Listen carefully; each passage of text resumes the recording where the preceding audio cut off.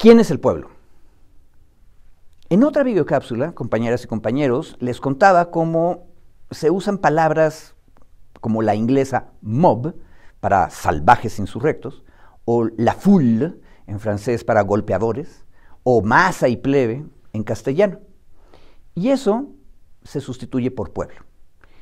Por ejemplo, cuando el filósofo español Ortega y Gasset escribió su Rebelión de las Masas, un libro magnífico, se dolía amargamente de que las minorías excelentes, que de manera natural y por tradición se habían bien formado y civilizado, estaban siendo desplazadas en su tiempo, allá por los 1930, por las muchedumbres, la masa.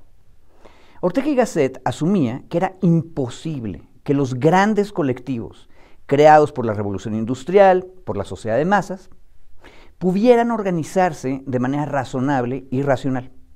Y por eso, Ortega criticaba la pretensión colectivista de los socialistas bolcheviques, que decían, el pueblo todo puede gobernar. Por otra parte, el mismo Ortega veía con horror la masificación que también había afectado, escribió, a la minoría o a la élite tradicional. Entre esa minoría, cada vez más, decía Ortega, es posible encontrar hombres masa, o sea, individuos que abandonaban los ideales de excelencia de la élite tradicional y que se comportaban como bárbaros. Quienes quieren bien a este autor, a Ortega y Gasset, dicen que eso era su crítica al fascismo europeo. Bueno, si ustedes quieren ver una película sobre estos problemas, vean Novecento, 1900, de Bernardo Bertolucci. La dirigió en 1976 y ahí se nos va contando muy padre la vida, cruzadas entre cruzadas y confrontaciones entre tres italianos. Los tres personajes italianos son Alfredo Berling, heredero de grandes terratenientes nobles, antiguos, una buena persona, pero incapaz de entender realmente el dolor que la explotación le causaba a la mayoría de la población. Pero gracias a esa explotación él vivía en lujo. Eso sí, tenía muy buen gusto y muy buena cultura, como diría Ortega y Gasset. Era una minoría de excelencia.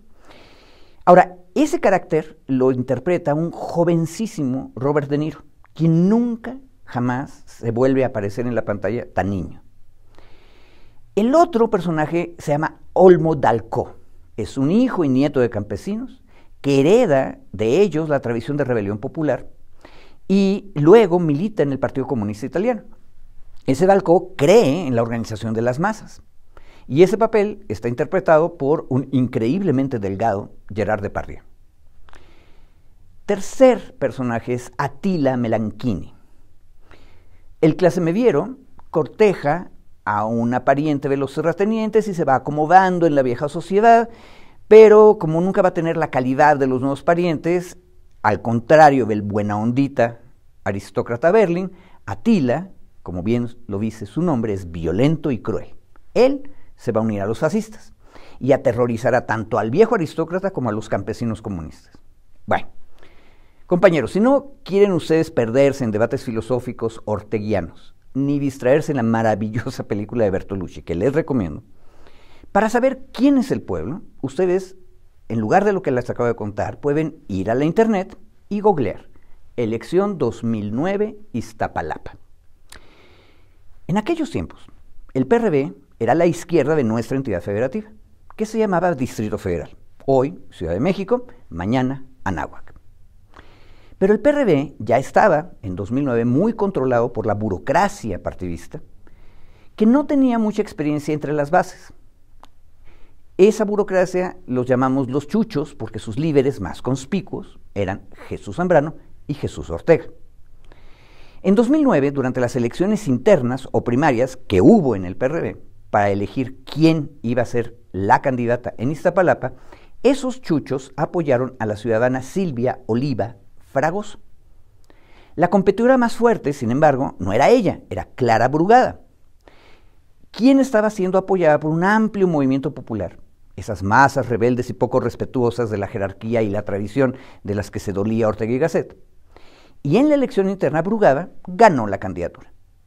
Pero Olivia y la burocracia del PRD impugnaron los resultados ante los tribunales, primero el estatal y luego el federal. y Olivia ganó.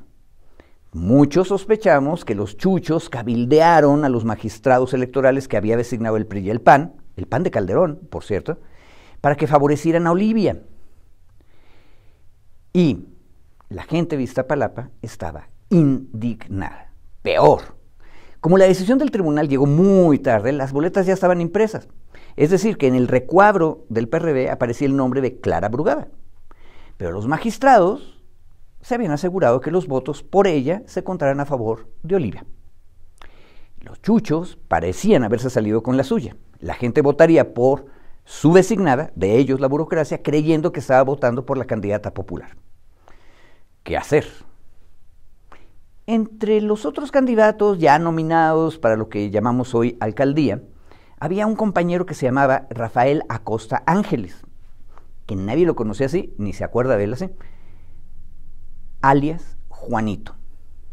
Él había sido postulado por el Partido del Trabajo, el PT, y ante la imposición burocrática y judicial de Oliva, y la trampa con los nombres que les he contado, pues lo que propuso el movimiento fue: vamos, nosotros como partido, masa, movimiento, mob, la full, a votar por el PT y por Juanito.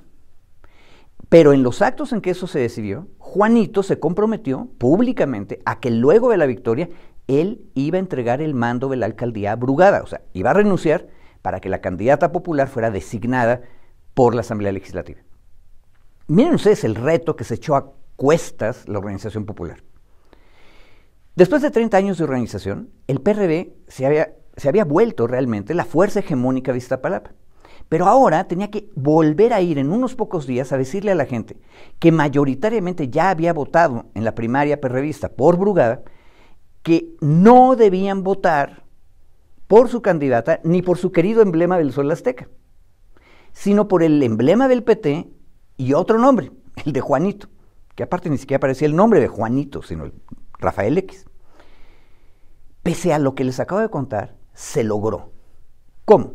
Brigadeando casa por casa, explicando pacientemente en cada hogar de qué se trataba el problema. Cientos de compañeras y compañeros recorrieron Iztapalapa. Eran las mismas personas que meses antes, en 2008, habían participado en el movimiento de las Adelitas, que se opuso exitosamente a la reforma energética del presidente Espurio Calderón. Esa vez logramos detener la reforma energética. La gente conocía a los brigadistas. Quien tocaba la puerta y quien abría la puerta eran parte del mismo movimiento, de la misma organización. Compartían ideales, compartían proyectos.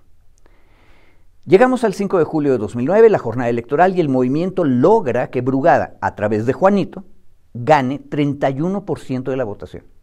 La burocracia del PRD y Silvia Oliva obtuvieron solamente 22%, una amplia ventaja de 9%. El PRI tenía 13% y el PAN 11%.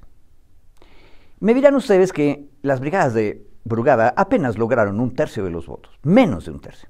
Pero consideren ustedes todo lo que les cuento y que todo se hizo en pocos días, con todo en contra, incluidos los medios de comunicación masiva, a donde un día sí y el otro también, locutores como Pedro Ferriz de Con denunciaban en el radio que votar por Juanito era apoyar un fraude porque el tribunal ya sentenció que la candidata es Oliva y la ley es la ley. No han cambiado mucho. En esos años, ojo, aún no había redes sociales tan fuertes como ahora. Por cierto, obtenía la victoria para las masas y para Brugada. La muchedumbre, the mob, la full, esos mismos comentaristas ven ganar a los muchos y se voltean del otro lado, cambian su discurso. Ansiosos, los ferrices de Cones entrevistaron a Juanito y lo alabaron por su carisma y por su victoria. Y Juanito traicionó su palabra. Dijo que él era el que había ganado, olvidando que todo lo que acabo de contar demostraba que todo mundo había visto quién era quien había ganado, y no era él. Y dice, yo me voy a quedar como alcalde. Así que la gente, ese pueblo organizado, otra vez, por tercera ocasión, se moviliza. Sale a la calle, y en algún momento rodearon el edificio de la alcaldía y dijeron al ciudadano Juanito que solamente iba a entrar ahí para renunciar.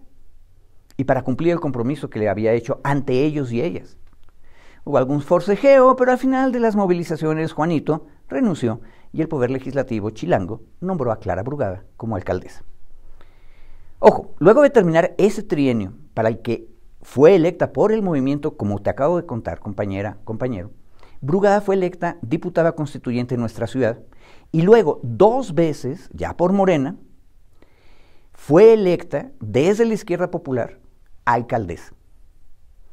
La primera vez que se reelige, en 2018, tuvo 48% de la votación y en 21 tuvo 58%. Estas cifras nos muestran cómo el movimiento popular ha logrado una hegemonía electoral en una de las alcaldías más pobladas de nuestra entidad. Pero la historia que les he contado hoy, compañeros, compañeras, nos muestra que la hegemonía iztapalapeña es popular, nacida de la organización consciente y racional y razonable de las masas. Por cierto, un viejo comunista italiano que vivía en la época de la película de Bertolucci, llamado Antonio Gramsci, nos diría que toda hegemonía verdadera funciona así, como les acabo de contar, desde abajo. Podemos ver entonces qué falso es o era el miedo de Ortega Gasset a las masas. Ortega solo veía muchedumbres irracionales y disruptivas. No, los muchos y las muchas podemos reunirnos, podemos organizarnos y actuamos como un todo, como una unidad consciente. Eso es el pueblo. ¿Quién es el pueblo? El pueblo somos todas y todos organizados. Nada más una cosa. La organización popular nunca es para siempre. Todo el tiempo hay que renovarla. Es una historia interminable, pero una historia que siempre, siempre vale la pena. Gracias.